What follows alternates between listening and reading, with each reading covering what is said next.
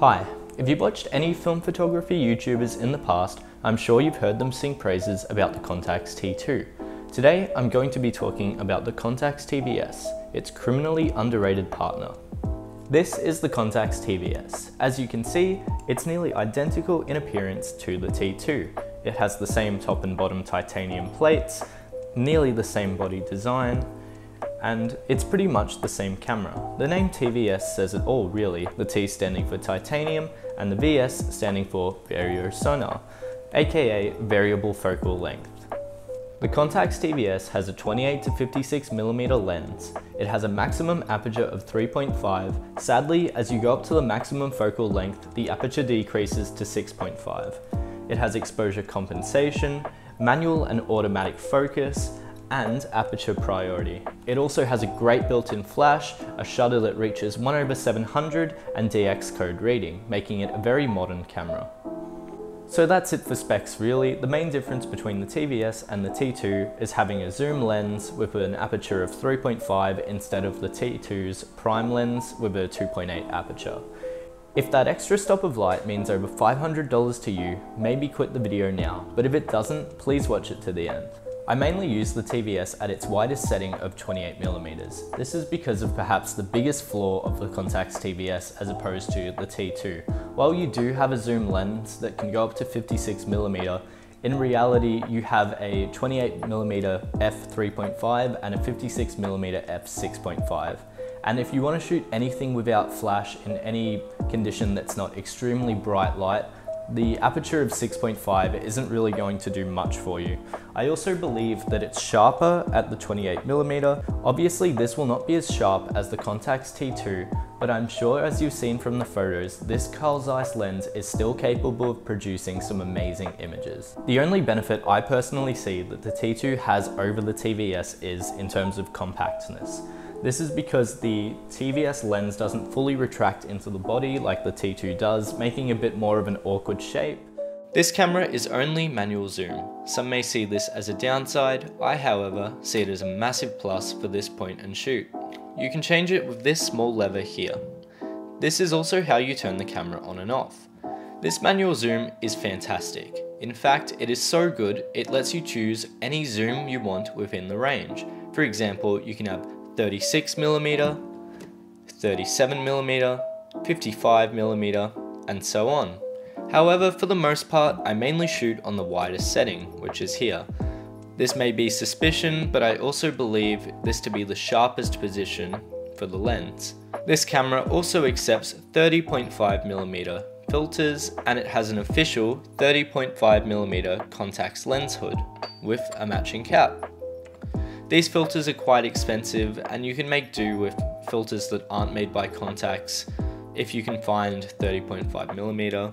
A mark of a great point and shoot, as this is the TVS's ability to remember your exposure compensation and flash settings even after you've turned it off. This feature, shockingly, isn't a feature most point and shoots have alike, and it is very frustrating to turn your flash off every single time you want to use the camera. It also features a fully glass lens and actual aperture blades. The exposure compensation can be controlled with this dial here, flash is controlled with this dial, and aperture can be controlled with this small ring around here. This camera also features a self-timer which can be toggled with this switch here. Half pressing the shutter will bring up your current focal distance, in this case 28mm, and this dial here is for manual focus. We have a range of 0.5 meters to infinity, and then clicking into here will turn on the automatic focus. This brings us to the back of the camera. There's not too much exciting to see here other than the switchable panorama option. This isn't too useful though, as it simply just brings a mask over the top and bottom of the film, making it a wider aspect ratio.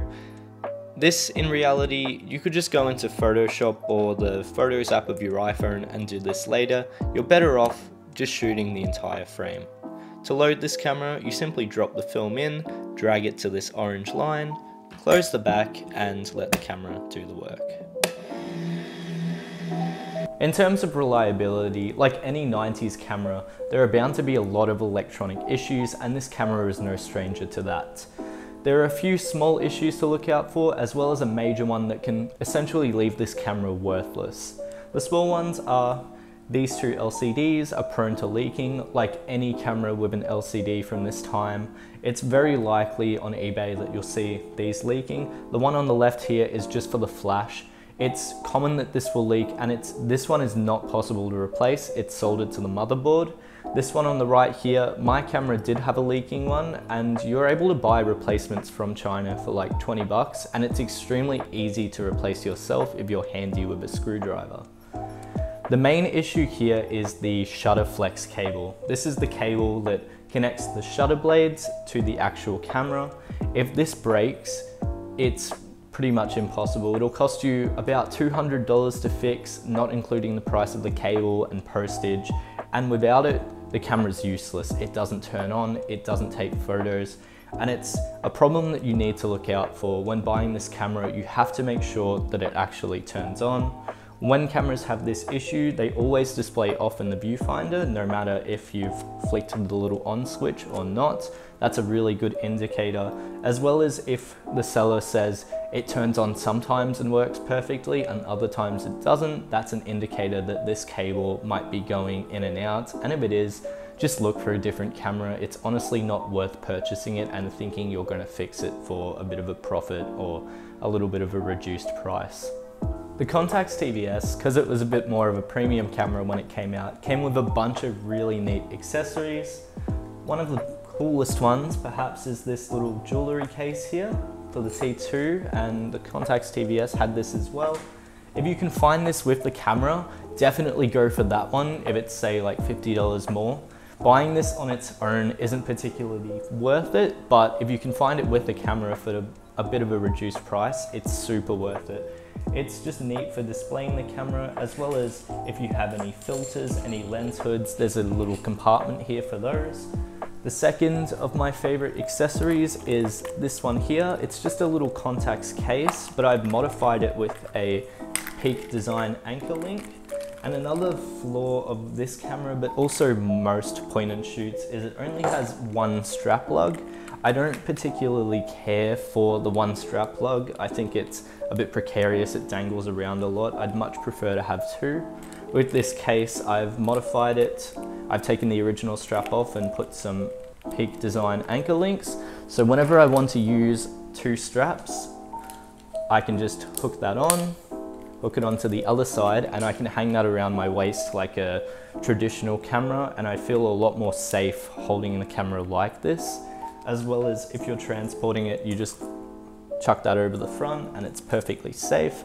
This is definitely worth it if you can find it. There are also some little companies in China that make leather replacement ones. They might be a bit cheaper. It's up to you if you want an official one or a non-official one, and likely you're not even going to be able to tell the difference. As I'm sure you already know, the point and shoot market has absolutely exploded in value. Cameras even like the Contax TVS, the Contax T2 were worth only a couple $100 and now are reaching over 500, over 1,000. It's not fair to recommend anything that doesn't have a glass lens or anything that doesn't have aperture priority exposure control. Any of those cheap sort of Canon, Olympus, Mu cameras, they will do an excellent job. Some real competitors to this camera are the Minolta TC1, the Konica Hexa AF, the Fujifilm Sylvia, and other Contax cameras in the line, such as the original Contax T, the TVS, the TVS2, the TVS3, the T2, and the T3. It's really up to you what you would like to buy. The TVS3 is a complete redesign with a radical flap that goes up and down and a powered zoom, as opposed to the TVS original has a manual zoom. The TVS2 is just a revised version of this. The only difference is it doesn't have the zoom leather.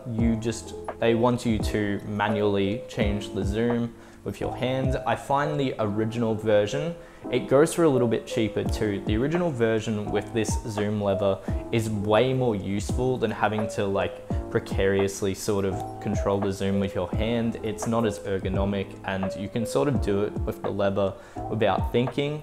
Definitely go for the original TVS. If you want to spend a lot more, you can buy the TVS 3 or the T2 or the T3. But if you want, and the original purpose of this video, if you want a cost-effective Contax T2, this is a great camera to consider. Thank you for watching. If you liked the video, be sure to comment. I'm always willing to improve. If there's anything about the video you liked, please let me know. If there's anything you didn't like, please let me know. Thank you for watching.